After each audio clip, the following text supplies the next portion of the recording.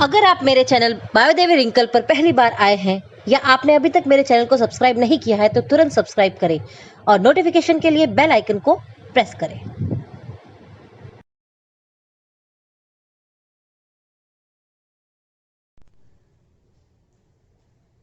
Hello. थोड़ा लंबा है हेलो, लेकिन करना जरूरी है। आज का जो हमारा टॉपिक है वो है बायोटेक्नोलॉजी।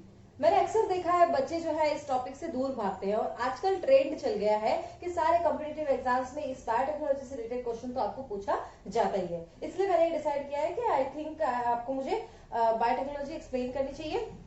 तो बायोटेक्नोलॉजी जो है, इस वर्ड के अंदर इसका मीनिंग छुपा हुआ है। जैसा कि बायो का मतलब मैंने आपको बताया था लिविंग, क्या बताया था, लिविंग। और टेक्नोलॉजी मतलब सारी जो टेक्निक्स आ जाती है। ये बायोटेक्नोलॉजी जो है सबसे पहले इस टर्म को दिया था कार्ल एरेकी ने। किसने दिया था? Karl Ereky. अब कई बुक में आपको कार्ल की जगह कैरोली, मतलब ऐसे दिखेगा कैरोली, कैरोली एरेकी, तो उसमें आपको कंफ्यूज नहीं होना है। जनरली इसको कार्ल एरेकी भी कहा जाता है और इसी वजह से, इस टर्म को देने की वजह से इनको क्या कहा जाता है? Father of biotechnology. क्या कहेंगे? Father of biotechnology. अब कई बुक में आपको कंफ्यूजन होता है कि पॉल बर्ग भी लिखा हुआ होता है, तो आपको इतना ध्यान रखना है कि जब आपको पूछ लिया जाए कि वो is the father of biotechnology, तो वहां पे आपको कार्ल एरेकी के बारे में बताना है। लेकिन अगर आपको पूछ लिया जाए वो is the father of genetic engineering, because biotechnology के अंदर ये बहुत अच्छे से अपन डिस्कस करने वाले हैं, जेनेटिक इंजीनियरिंग।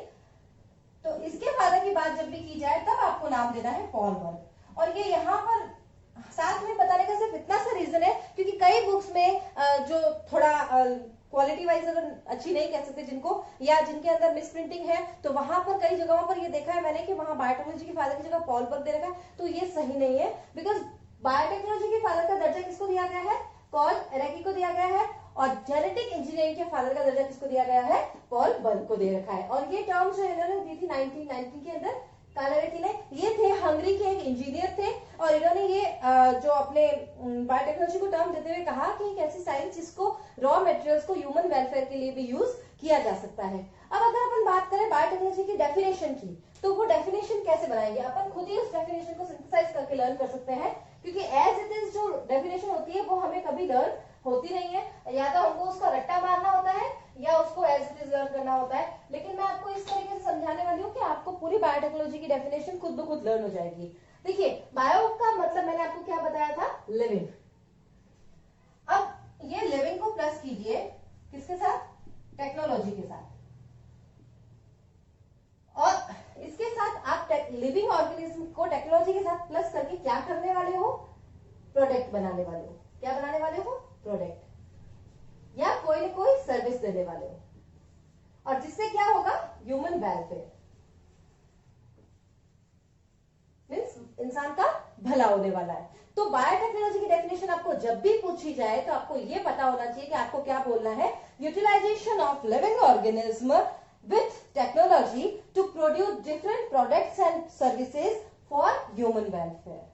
ओके, ये चार शब्द अगर आप याद रखोगे तो आपको डेफिनेटली बायोटेक्नोलॉजी की डेफिनेशन लर्न हो जाएगी। कभी भी आपको पूछा है व्हाट इज बायोटेक्नोलॉजी, तो आपको पता होना चाहिए the science which involve living organism and technology to produce different product for human welfare. ठीक है, तो आपको समझ में आया? एक ऐसी साइंस है जिससे आप क्या कर रहे हो? ऐसे प्रोडक्ट बना रहे हो जिससे इंसान का क्या होने वाला है? भला होने वाला है। ओके, तो बायोटेक्नोलॉजी की डेफिनेशन सबको क्लियर हो गई। अब देखिए, अपन आगे अगर चलते हैं तो आपको बायोटेक के अंदर दो मेन चीजों को डिस्कस करना होता है। एक तो आपको डिस्कस करना होता है जेनेटिक इंजीनियरिंग, और एक आपको डिस्कस करना होता है बायो प्रोसेस इंजीनियरिंग। अब अगर बायोटेक्नोलॉजी में बात करूं मैं, एक फर्स्ट मैंने बताया आपको जेनेटिक इंजीनियरिंग।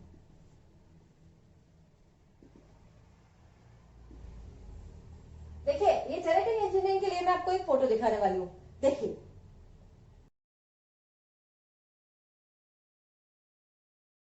इस पिक्चर के अंदर आपने देखा होगा कि कुछ साइंटिस्ट जो है वो डीएनए को कट कर रहे हैं डिफरेंट डिफरेंट प्लेसेस से, तो वही वही बात अपन जेनेटिक इंजीनियरिंग में करने वाले हैं। एंड फर्दर जो होता है एक होती है बायो प्रोसेस इंजीनियरिंग।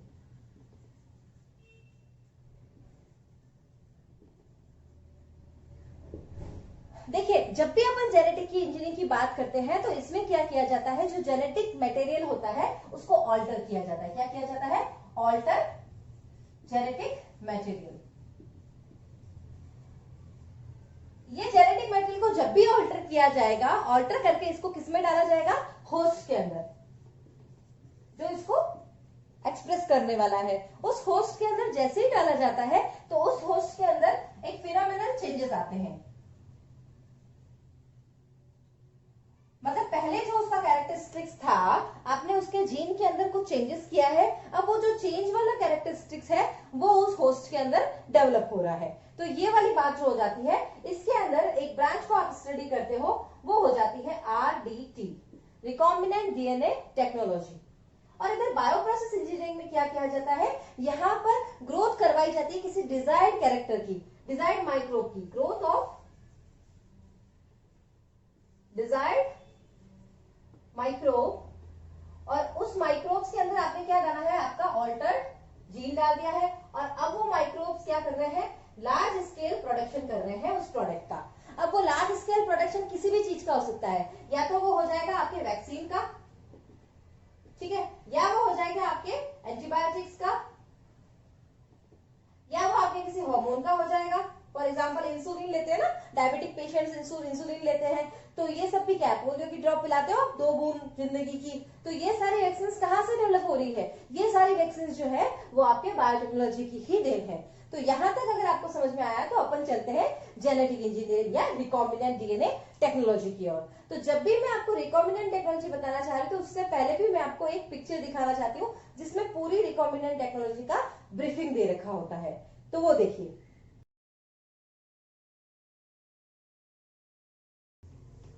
अब आपने जब ये पिक्चर देखी तो यहाँ पर आपको कुछ पता चला होगा कि कोई भी आपके काम का जो जीन है उस जीन को ले लेते हैं, इसे डिजायर्ड डीएनए कहा जाता है। क्या कहा जाता है?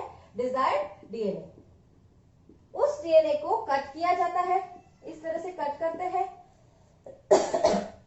और कट करने के बाद उसे क्या किया जाता है, एक वेक्टर के साथ जोड़ा जाता है।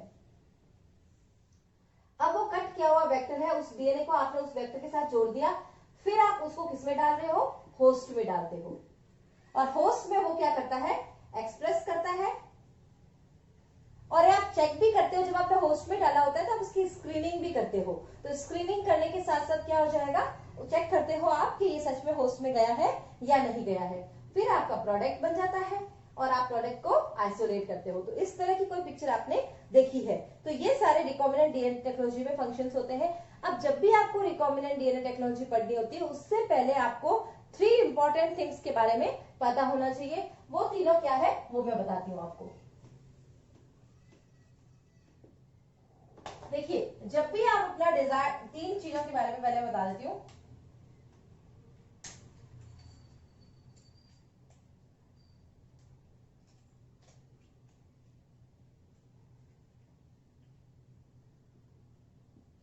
अब देखिए, ये आरडीटी के अंदर एक तो आपको पता होना चाहिए एंजाइम्स के बारे में। कौन सा एंजाइम्स? जो आप रिकॉम्बिनेंट डीएनए टेक्नोलॉजी में यूज करने वाले हो। मतलब आपको डीएनए काटना है, जोड़ना है, डालना है, निकालना है, ये सारी अगर आपको प्रोसेस करनी है तो आपको कुछ एंजाइम्स चाहिए, तो उनके बारे में आपको पता होना चाहिए। सेकेंड, आपको पता होना चाहिए वेक्टर्स के बारे में कि वेक्टर्स क्या है, आपके डीएनए को जो लेके जाएंगे होस्ट के अंदर। मतलब आपका डीएनए कहीं एक्सप्रेस कर रहा है, किसी होस्ट में आप इसको डाल रहे हो, तो लेके जाने वाला भी तो चाहिए ना। जैसे दूध वाला हमारे घर पे दूध लेके आ रहा है, सब्जी वाला सब्जी लेके आ रहा है, तो वो जो सामान लेके आ रहे हैं वो लोग क्या है, वो कैरियर्स है।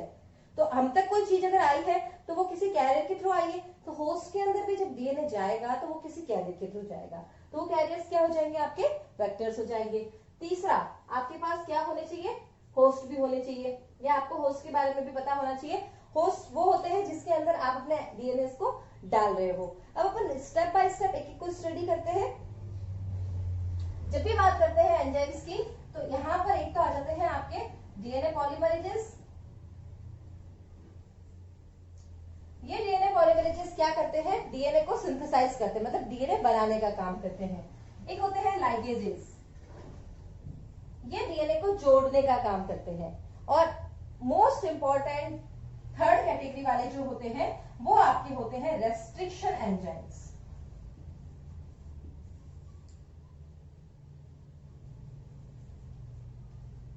ये हो गए कैरी डीएनए या आरएनए, जो भी आप डालना चाह रहे हो वो। और ये होस्ट क्या क्या हो सकते हैं, या तो हो जाएंगे आपके बैक्टीरिया, या हो जाएंगे प्लांट, और या हो जाएंगे एनिमल। अब एनिमल में ह्यूमन भी आ गए हैं, ठीक है, उसमें अलग से आपको पता करने की जरूरत नहीं है। अब वेक्टर्स के अंदर भी बहुत सारे वेक्टर्स है, वो अपन जब वेक्टर डिटेल में स्टडी करेंगे तो मैं आपको बताने वाली हूँ। अब अपन सबसे पहले चलते हैं, मैंने पॉलीमरेजेस के बारे में तो बता दिया आपको कि डीएनए बनाता है और ये लाइगेजेस जो है वो जोड़ते हैं। अब आपका जो डीएनए आरडीटी जो है, इसमें सबसे इंपॉर्टेंट एंजाइम जिसके बारे में आपको पूरा पता होना चाहिए वो आपका हो जाता है रेस्ट्रिक्शन एंजाइम। अब रेस्ट्रिक्शन एंजाइम की जब भी बात करें तो कई एग्जामों में पूछ लिया जाता है क्वेश्चन कि which enzyme is known as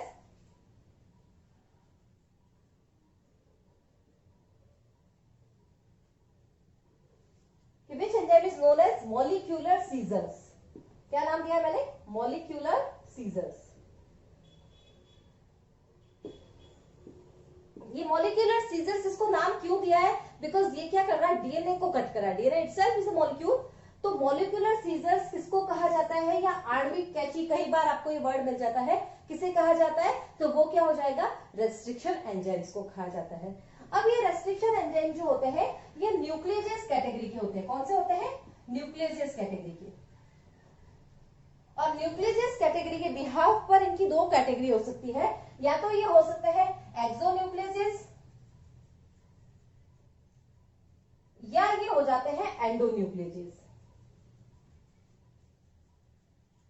जब भी एक्सो वर्ड आया है मतलब ये डीएनए को बाहर की तरफ से, जैसे ये मान लीजिए ये डीएनए है आपका, ये डीएनए को बाहर की तरफ से कट करेंगे, यहां से बाहर की तरफ से कट करा है तो वो हो जाएगा एक्सोन्यूक्लियस। और ये एंडो है यानी अंदर की तरफ से, तो मान लीजिए ये आपकी डीएनए की स्ट्रक्चर है, इसको सेंटर से अगर कहीं से कट करना है तो वो काम कौन से करेंगे, एंडोन्यूक्लियस। तो आपके काम में कौन से आने वाले हैं, क्योंकि डीएनए को अंदर से सेंटर से कहीं न कहीं से कट करना है, तो आपके काम में कौन से आने वाले हैं, रेस्ट्रिक्शन एंडोन्यूक्लियस। अब रेस्ट्रिक्शन एंडोन्यूक्लियस भी फर्स्ट, सेकंड, थर्ड, फोर्थ अलग अलग टाइप के होते हैं, लेकिन आपके काम में जो जेनेटिक इंजीनियरिंग है उसमें आने वाले हो जाएंगे रेस्ट्रिक्शन एंडोन्यूक्लियस सेकंड।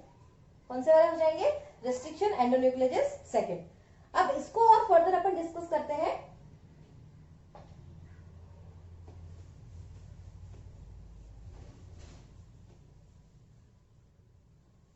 देखिए रिकॉम्बिनेंट डीएनए टेक्नोलॉजी को अपन आरडीटी भी लिख सकते हैं, और आरडीटी जो दी थी वो दो साइंटिस्ट आए थे, उन्होंने इसके बारे में बताया था, कोहेन एंड बोयर। कई बार नाम पूछ लिया जाता है, कोहेन एंड बोयर। और इसी तरह से अगर रेस्ट्रिक्शन एंजाइम्स की बात की जाए, मैंने आर ही शॉर्ट में लिखा है, रेस्ट्रिक्शन एंजाइम्स की बात की जाए या इसकी डिस्कवरी की बात की जाए तो इसमें जो नाम आता है वो आता है आर्बर, स्मिथ और नाथन। कौन कौन scientist, arbor, Smith and Nathan. ये जो तीनों साइंटिस्ट थे इन्होंने इसकी डिस्कवरी के बारे में बताया था, और इन्होंने ये जो इसकी डिस्कवरी की थी वो इसकी डिस्कवरी इन्होंने किसमें की थी, हीमोफिलिस के अंदर की थी। और जब भी रेस्ट्रिक्शन एंजाइम्स का नाम लिखा जाता है तो इसके नोमेनक्लेचर के भी कुछ रूल्स होते हैं। फॉर एग्जांपल मैं यहां लिख रही हूं इको R1,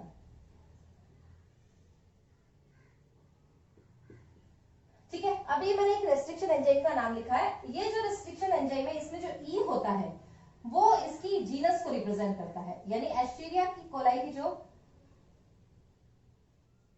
जीनस,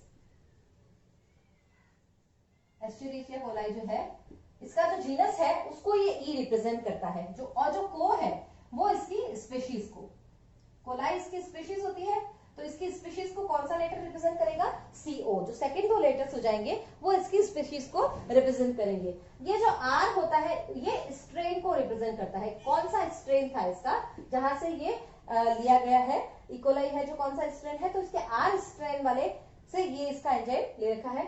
तो और ये फर्स्ट, ये जो यहाँ लिखा हुआ है ना 1, ये जो होता है ये कौन सी सीक्वेंस में इसको डिस्कवर किया गया, यानी फर्स्ट, सेकंड, थर्ड, चौथे, मतलब कौन से नंबर पे, यानी पहले नंबर पे किया गया तो यहाँ पे फर्स्ट लगा दिया, दूसरा होगा तो सेकंड, थर्ड, फोर्थ, इस तरह से इसका नोमेनक्लेचर किया जाता है। अब जो रेस्ट्रिक्शन एंजाइम्स होते हैं ये एक पर्टिकुलर सीक्वेंस पर काटते हैं, कोई एक पर्टिकुलर सीक्वेंस पर काटेंगे, उन्हें रेस्ट्रिक्शन साइट्स कहा जाता है। क्या कहा जाता है?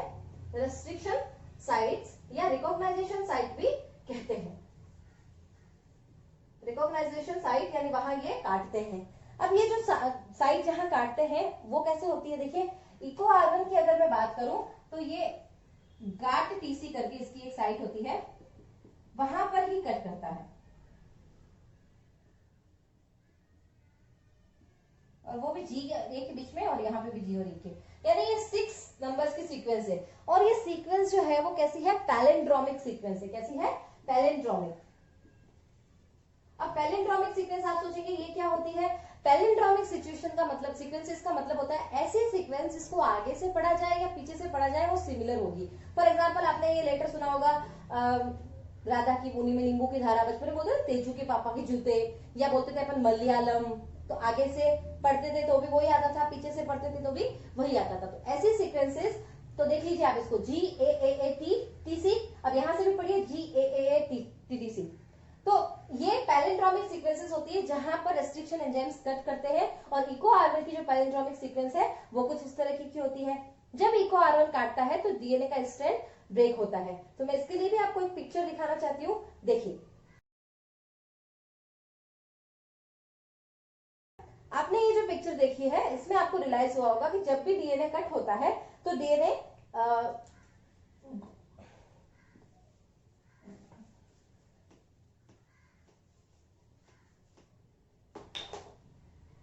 जब भी डीएनए कट होता है, मान लीजिए ये आपकी सीक्वेंस थी और यहाँ पे आपने डीएनए को कट किया है और ये आपके डीएनए को कटिंग कर दी गई है। अब हमेशा जब भी डीएनए कट होता है तो दो तरह के एंड बन सकते हैं। एक तो बनता है स्टिकी एंड, ठीक है, ये जो बना है ना, बचपन में आप एक गेम खेलते थे आपस में फिक्स करने वाला, तो ये जो बना है ये स्टिकी एंड बना है। लेकिन कुछ एंजाइम्स जो होते हैं वो ब्लंट एंड भी बनाते हैं, यानी कुछ इस तरह की, मतलब जिसमें सिरा आगे निकले हुए नहीं है। लेकिन इको R1 जो है वो कैसा है? स्टिकी एंड बनाता है। अब आपको कोई अपना डिजायर्ड डीएनए जब इसमें डालना है, मान लीजिए कोई भी तरह का डीएनए जिसके जीन्स आपको यहाँ डालने हैं, उस डीएनए को आप क्या करोगे? इस तरह से यहाँ पे जोड़ दोगे। तो यहाँ पर जोड़वाने के लिए वो जो लाइगेज एंजाइम मैंने आपको बताया था ना, वो यहाँ काम आता है। और बाय द वे यहाँ कहीं पे कोई ना कोई बेस पेयर की अगर कमी है तो उसको सिंथेसिस कराने के लिए कौन सा एंजाइम काम कर देगा? वो आपका काम करेगा डीएनए पॉलीमरेजेज। अब बहुत से एंजाइम्स है जिसके अलग अलग नेम्स होते हैं, जैसे बाम H1 है, साल1 है, LU1 है। बहुत सारे रेस्ट्रिक्शन एंजाइम्स आपके डिस्कवर हो चुके हैं, नियर अबाउट मोर देन 350, और आई थिंक अब तो बहुत ज्यादा डिस्कवरीज हो चुकी है, तो नियर अबाउट 500 से भी ऊपर ज्यादा डिस्कवर हो चुके हैं। तो इन रेस्ट्रिक्शन एंजाइम्स को जेनेटिक इंजीनियरिंग में यूज किया जाता है या बायोटेक्नोलॉजी में यूज किया जाता है, किसके लिए? डीएनए को कट करने के लिए। ओके, तो ये आपके एंजाइम्स की सबकी बात अपन ने कर ली है। आज के लिए इतना ही करते हैं। अपनी नेक्स्ट क्लास में जो वेक्टर्स के बारे में डिस्कस करेंगे, और जब वेक्टर्स का हो जाएगा तो उसके बाद अपन होस्ट के बारे में, और फिर मैं आपको पूरा प्रोसेस जो होता है वो बताऊंगी। ये पूरा डिटेल में स्टडी कराने का मेरा सिर्फ रीजन इतना है कि जो बच्चे बायोटेक्नोलॉजी से डर रहे हैं या इनको अगर लग रहा है कि बायोटेक्नोलॉजी बहुत हार्ड टॉपिक है, तो उनको ये बहुत अच्छे से समझ में आ जाए। और कोई भी कॉम्पिटेटिव एग्जाम अगर आप दे रहे हैं तो वहाँ कॉम्पिटिशन एग्जाम में भी बायोटेक्नोलॉजी के बारे में आजकल स्टेप्स पूछ लिए जाते हैं। जैसे RS का एग्जाम भी है, वहां पर भी डायरेक्ट क्वेश्चन पूछा गया, यूपीएससी में भी कई बार पूछे गए इसके क्वेश्चंस, और आपके जो नीट वगैरह है, ये सारे एग्जामों में आजकल बायोटेक्नोलॉजी जो है, रीट वगैरह सभी एग्जामों में आजकल बायोटेक्नोलॉजी से क्वेश्चन आते हैं। तो आप इस वीडियो को देखिए, और अगर आपको पसंद आया है तो अपने फ्रेंड्स को भी शेयर कीजिए और हल्का सा लाइक कर दीजिए यार। और लोग बोलते हैं कि अपने वीडियो में हमेशा क्यों बोलते हो लाइक करो, शेयर करो, सब्सक्राइब करो। अरे भाई फ्री में दे रही हूँ, मुकेश अंबानी ने जियो फ्री में दिया था तो वो भी तो प्रमोशन करते थे, तो मुझे भी तो करना पड़ेगा, ठीक है। तो आप इस चैनल को लाइक कीजिए, शेयर कीजिए, सब्सक्राइब कीजिए। आज के लिए इतना ही, बाय बाय।